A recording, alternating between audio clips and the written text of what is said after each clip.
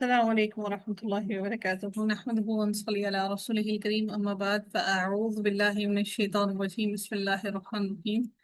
رب اشرح لي صدري ويسر لي أمري واحلل عقدة من لساني يفقهوا قولي. ربنا زدنا علما اللهم فقهنا في الدين آمین یا رب العالمین. آغاز ہوتا ہے جی رکن نمبر 10 کا، آیت نمبر 105 سے آغاز کرتے ہیں، اور حضرت نوح علیہ السلام کے بارے میں ذکر سے شروع ہوتا ہے رکن نمبر 10۔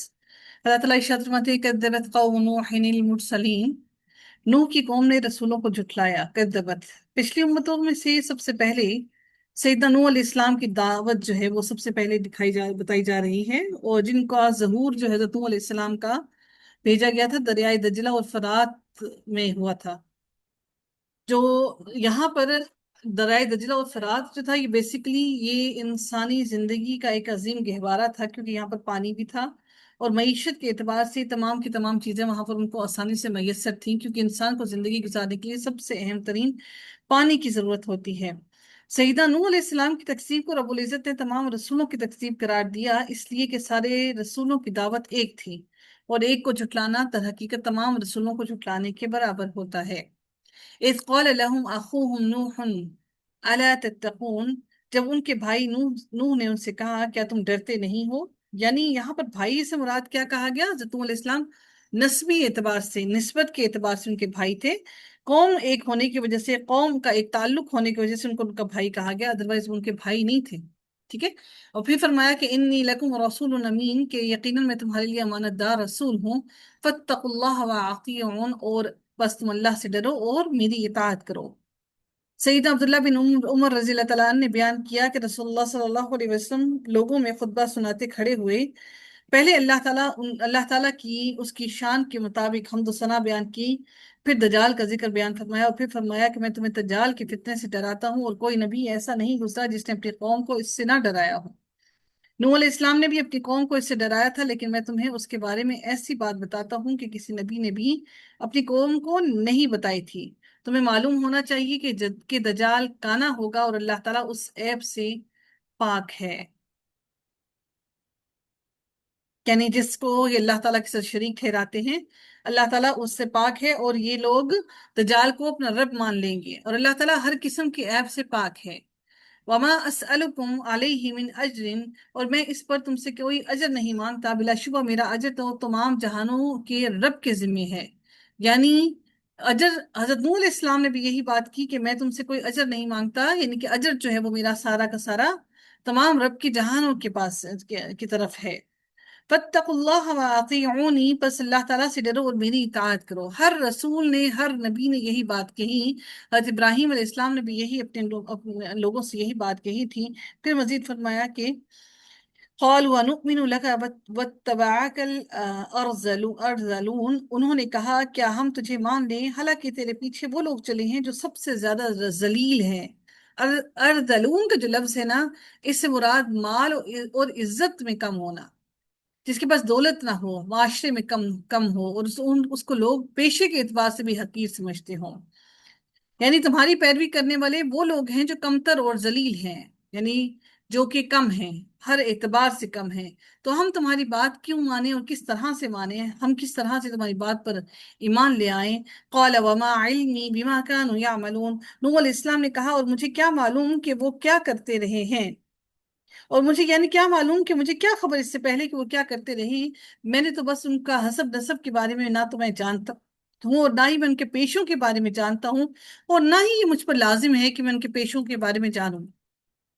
قال وما علمی بما كانوا يعملون، مجھے کیا معلوم کہ وہ کیا کرتے رہے، اس سے پہلے وہ کیا عمل کرتے رہے، وہ کیا کچھ کرتے رہے۔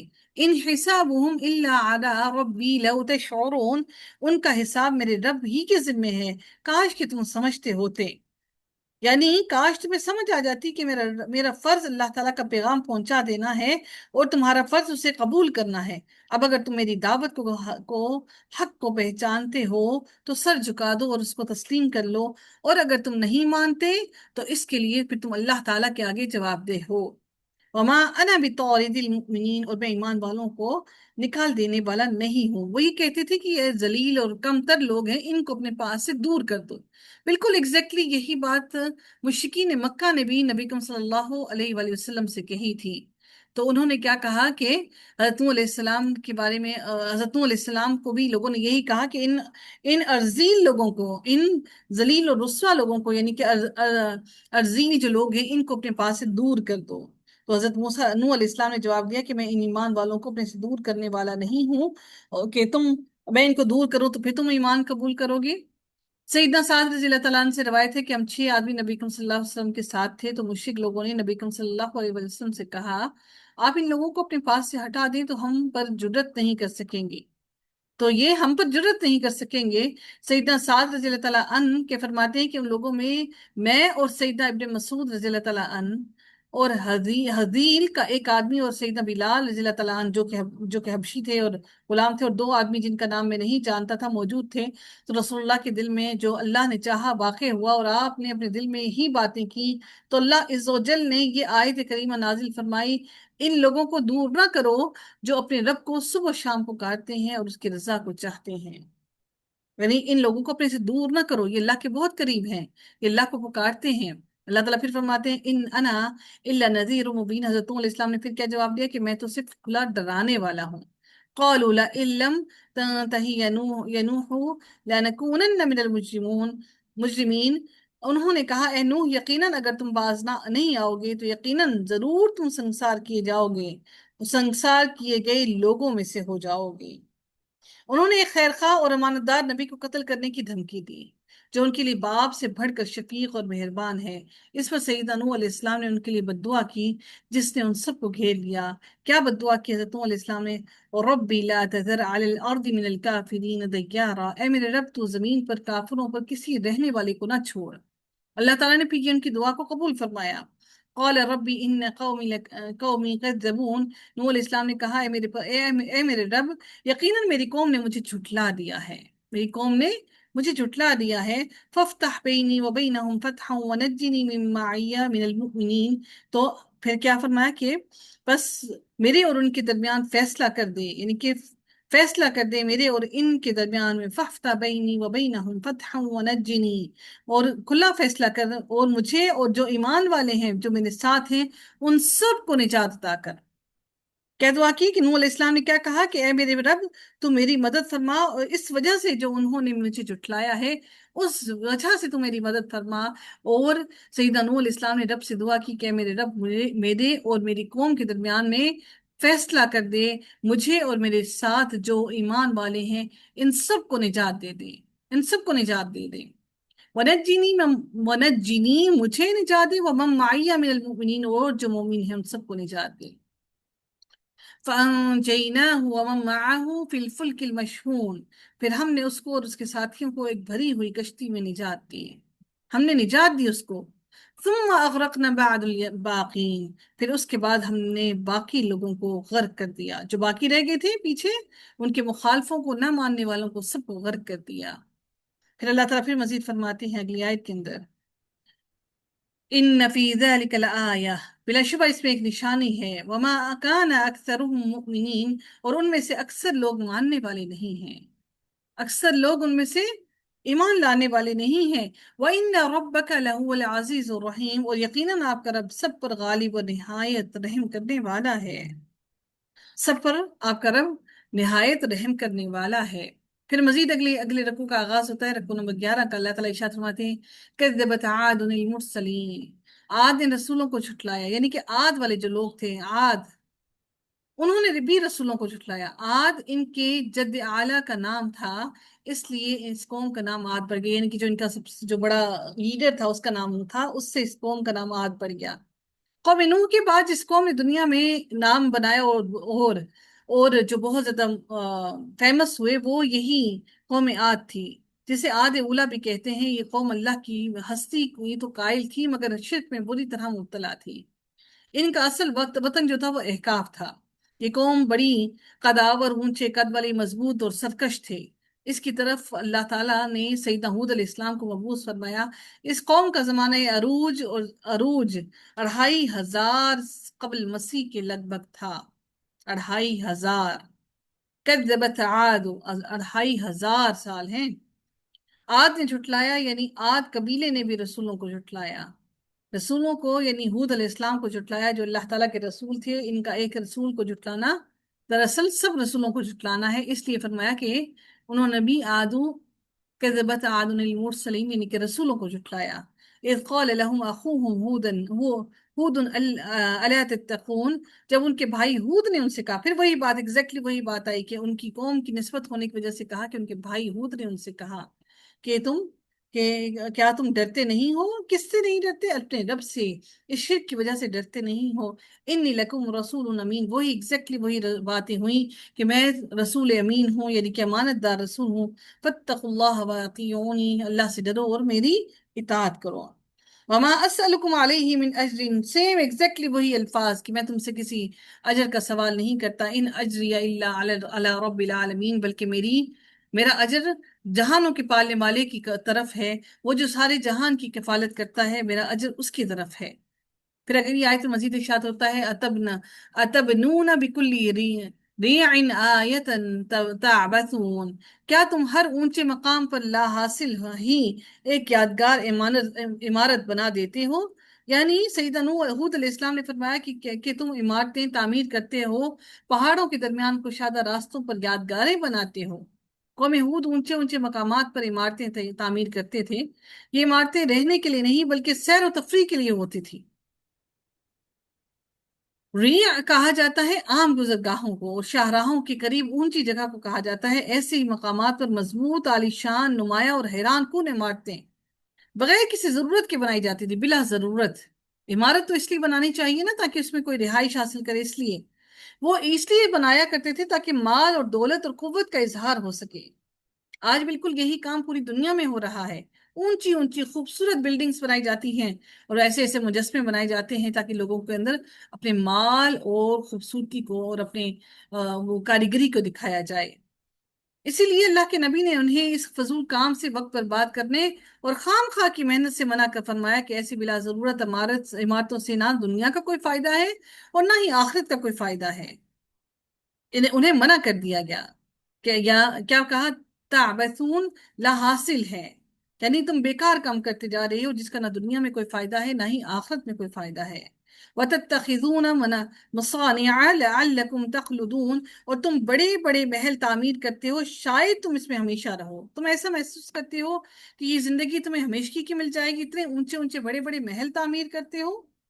آج ہم انسان بھی اونچے اونچے بڑے بڑے محل اس طرح سے تعمیر کرتے ہیں جیسے شاید ہم اس میں ہمیشگی کی زندگی رہیں گے۔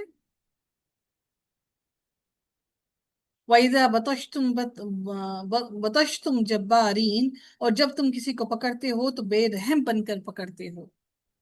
یعنی اس سے کیا مراد کیا ہے کہ یعنی تم ان پر ظلم کرتے ہوئے ناحق قوت کا استعمال کرتے ہو، ناحق قتل کرتے ہو، ان کا مال لوٹ لیتے ہو، اپنی قوت کا اظہار کرتے ہو، جبار بن جاتے ہو۔ فاتقوا اللہ واطیعونی، پس تم اللہ سے ڈرو اور میری اطاعت کرو۔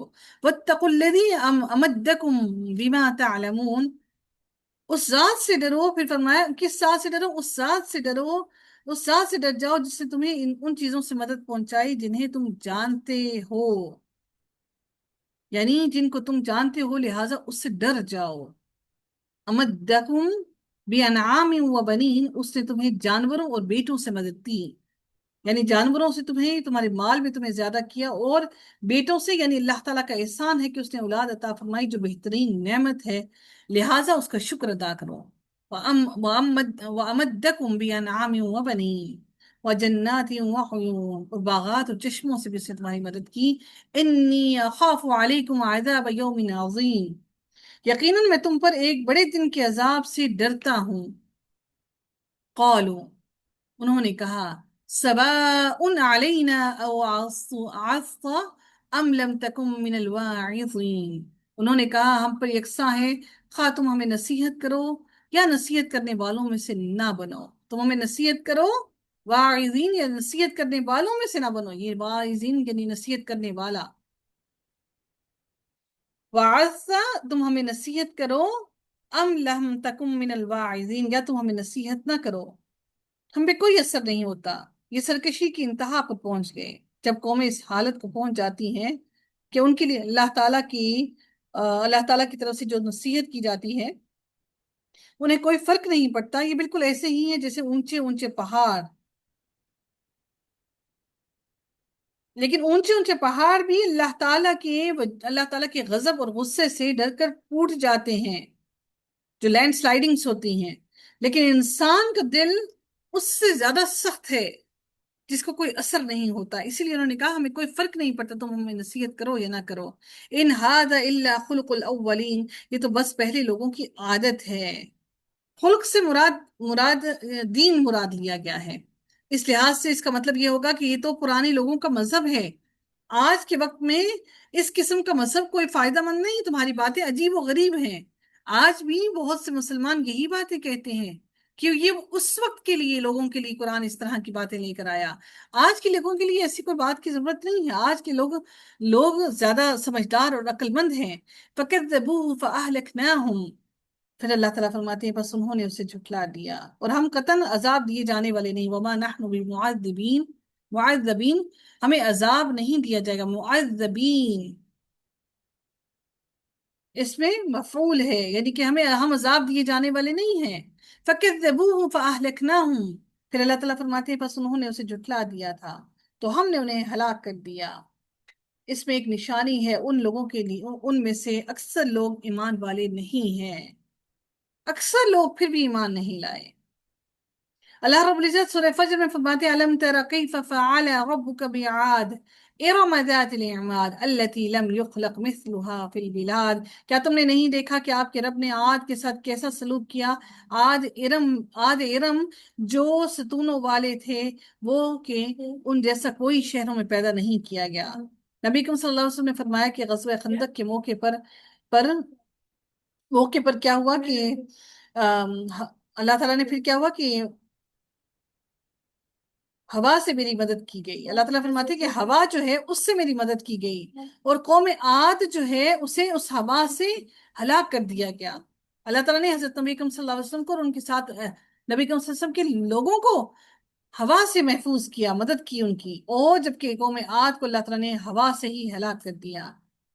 حضرت عائشہ فرماتی ہیں کہ جب تیز ہوا چلتی ہے تو رسول اللہ صلی اللہ علیہ وسلم دعا کرتے ہیں اللہم انی اسالک خیرہا وخیر ما فیہا وخیر ما ارسلت به واعوذ بک من شرہا وشر ما فیہا وشر ما ارسلت به، اے اللہ میں تجھ سے اس کی بھلائی مانگتا ہوں، کس کی؟ اس ہوا کی، اور جو کچھ اس میں سے ہے اور جو کچھ دے کر وہ بھیجی گئی ہے اس کی بھلائی مانگتا ہوں، اور میں اس کے شر سے تیری پناہ میں آتا ہوں، اور جو کچھ اس میں ہے اور جو کچھ دے کر وہ بھیجی گئی ہے اس شر سے تیری پناہ مانگتا ہوں۔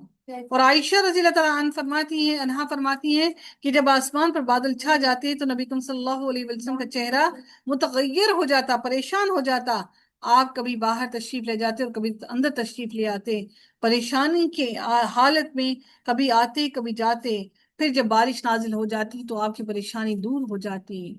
کہتی ہیں کہ میں نے یہ کیفیت محسوس کر کے پوچھا تو نبی کریم صلی اللہ علیہ وسلم نے فرمایا عائشہ میں ڈرتا ہوں کہ کہیں اس قوم کے ساتھ ایسا نہ ہو جیسا قوم عاد کے ساتھ ہوا تھا۔ قوم عاد نے کہا تھا کہ جب انہوں نے اسے بادل کی صورت میں اپنی وادیوں کا رخ کیے ہوئے دیکھا تو انہوں نے کہا یہ بادل ہے جو ہم پر مینا برسانے والا ہے۔ قالوا هذا عارض ممطرنا، کہ یہ بادل ہم پر بارش برسائے گا۔ پھر اللہ تعالیٰ اگلی آیت میں فرماتے ہیں وَإِنَّ رَبَّكَ لَهُوَ الْعَزِيزُ الرَّحِيمُ، اور بلا شبہ آپ کا رب یقیناً سب پر غالب، نہایت رحم کرنے والا ہے، سب پر غالب اور نہایت رحم کرنے والا ہے۔